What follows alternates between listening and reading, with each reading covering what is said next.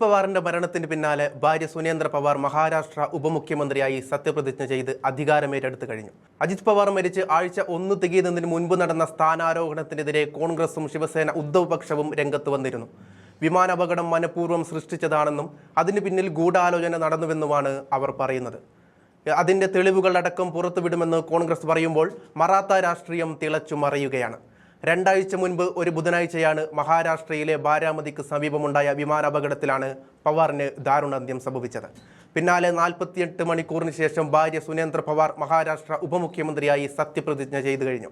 അപകടത്തിന്റെ സാഹചര്യങ്ങൾ ചോദ്യം ചെയ്തും ഗൂഢാലോചന ആരോപിച്ചുമാണ് പ്രതിപക്ഷ നേതാക്കൾ രംഗത്തെത്തിയിരിക്കുന്നത്. 2 പ്രധാന NCP വിഭാഗങ്ങൾ തമ്മിലുണ്ടായ ഏകീകരണത്തെക്കുറിച്ചുള്ള ചർച്ചകൾ പുരോഗമിക്കുന്ന സമയത്തായിരുന്നു അപകടം. ഇതാണ് അട്ടിമറി സാധ്യതകളിലേക്ക് വിരൽ ചൂണ്ടുന്നത്. ഇതിന് പിന്നാലെ അപകടത്തെക്കുറിച്ചുള്ള പ്രാഥമിക അന്വേഷണം ആരംഭിച്ചിരിക്കുകയാണ്. മഹാരാഷ്ട്ര പോലീസിന്റെ ക്രൈം ഇൻവെസ്റ്റിഗേഷൻ ഡിപ്പാർട്ട്മെന്റാണ് അന്വേഷിക്കുന്നത്. ഇതിന്റെ ആദ്യപടിയായി ഉപമുഖ്യമന്ത്രിയായിരുന്ന അജിത് പവാറിന്റെ പേഴ്സണൽ സെക്രട്ടറി അവിനാഷ് സോൾവതിന്റെ മൊഴിയാണ് അന്വേഷണ സംഘം ആദ്യമെടുത്തത്. അജിത്തിന്റെ യാത്രകൾ, അവസാന ദിവസത്തെ ഫോൺ വിളികൾ, യാത്ര ചെയ്ത വിമാനത്തിന് എന്തെങ്കിലും സാങ്കേതിക പ്രശ്നമുണ്ടെന്നതും സംബന്ധിച്ച് പറയപ്പെടുന്നതിന് മുൻപ് സൂചിപ്പിച്ചിരുന്നോ തുടങ്ങിയ കാര്യങ്ങളാണ് അന്വേഷണ സംഘം ചോദിച്ചത്. 15 വർഷത്തിലേറെയായി അജിത് പവാറിനൊപ്പം പ്രവർത്തിച്ചിരുന്നയാളാണ് അവിനാഷ്. മറ്റു ജീവനക്കാരിൽ നിന്ന് വരും ദിവസങ്ങളിൽ മൊഴിയെടുക്കുമെന്ന് അന്വേഷണ സംഘം അറിയിച്ചിട്ടുണ്ട്. മൂടൽമഞ്ഞിനെ തുടർന്ന് ദൂരക്കാഴ്ച കുറഞ്ഞതാണ് ദുരന്തത്തിനിടയാക്കിയതെന്നാണ് വ്യോമസേന വകുപ്പിന്റെ പ്രാഥമിക റിപ്പോർട്ട്. എന്നാൽ ചില പ്രതിപക്ഷ NCP നേതാക്കൾ ഈ സാധ്യത തള്ളിക്കളയുകയാണ്. അപകടത്തിൽ ദുരൂഹത ഉണ്ട് എന്ന ആരോപണത്തിൽ NCP ഉറച്ചു തന്നെ നിൽക്കുകയാണ്. ഇതിനു പിന്നാലെയാണ് അന്വേഷണം തുടങ്ങിയിരിക്കുന്നത്. അജിത് പവാറിനുണ്ടായ അപകടത്തെക്കുറിച്ച് അദ്ദേഹത്തിന്റെ സ്വന്തം പാർട്ടിക്കുള്ളിൽ പോലും ഈ ചോദ്യങ്ങൾ ഉയരുന്നുണ്ട് എന്നാണ് NCP പറയുന്നത്. ഇതിൽ എന്തോ ചതിയുണ്ട്, തിരശ്ശീലയ്ക്ക് പിന്നിൽ എന്തോ സംഭവിച്ചിരിക്കണമെന്നുമാണ് റാവത്ത് പറയുന്നത്. പവാർ പഴയ സഖ്യത്തിലേക്ക് മടങ്ങാൻ തയ്യാറെടുക്കുകയായിരുന്നു. എന്നാൽ പവാറിനെതിരെയുള്ള അഴിമതി ആരോപണവുമായി BJP വീണ്ടും രംഗത്തെത്തിയതോടെ അജിത് പവാർ കടുത്ത പ്രതിസന്ധിയിലായി.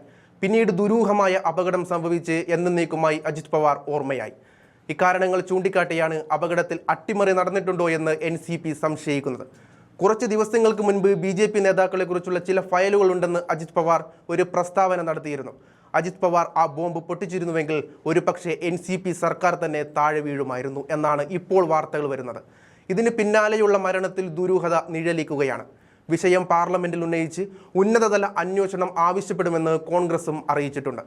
കോൺഗ്രസുകാർ രാഹുൽ ഗാന്ധിയുടെ നേതൃത്വത്തിൽ തെളിവുകൾ നിരത്തി അജിത് പവാറിന്റെ മരണം വെറും അപകടം മാത്രമല്ലെന്ന് തെളിയിക്കുമ്പോൾ സത്യത്തിൽ മോദിയുടെയും കൂട്ടരുടെയും ചങ്ക് ഇടിക്കുകയാണെന്നും പറയേണ്ടി വരും. ലോക്സഭാ തെരഞ്ഞെടുപ്പിന് ശേഷമുള്ള രാഷ്ട്രീയ സാഹചര്യത്തിൽ അജിത് പവാർ അസ്വസ്ഥനായിരുന്നുവെന്നും മഹായുദ്ധി വിട്ട് മഹാവികാസ് അഘാഡിയിലേക്ക് മടങ്ങാൻ അദ്ദേഹം ആഗ്രഹിച്ചിരുന്നുവെന്നുമുള്ള സൂചനയും പുറത്തു വന്നു കഴിഞ്ഞു. ഇതിനു പിന്നാലെയാണ് ബാരാമതിയിൽ അജിത് പവാർ ഒരുപിടി ചാരമായി മാറിയത്. അജിത് പവാർ തന്റെ രാഷ്ട്രീയ ഗുരുവായിരുന്ന ശരത് പവാറുമായി ഒത്തുതീർപ്പിലെത്തുകയാണെന്ന അഭ്യൂഹങ്ങൾ ശക്തമായിരിക്കെയാണ് ഈ ദുരന്തം സംഭവിച്ചത്. അജിത് പവാറിന്റെ മടങ്ങിവരവ് NCPക്ക് പഴയ പ്രതാപം നൽകുമെന്ന് കരുതിയിരുന്ന അണികൾക്ക് ഈ വിയോഗം കനത്ത ആഘാതമാണ് സൃഷ്ടിച്ചിരിക്കുന്നത്.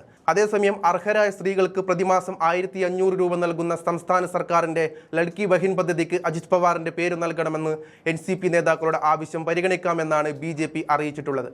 NCP അജിത് പവാർ പക്ഷം നേതാക്കൾ ഇക്കാര്യം ആവശ്യപ്പെട്ട് BJPയെ സമീപിച്ചിട്ടും അനുകൂലമായ മറുപടി ലഭിക്കാത്തതും സംശയങ്ങൾ ബലപ്പെടുത്തുന്നുണ്ട്.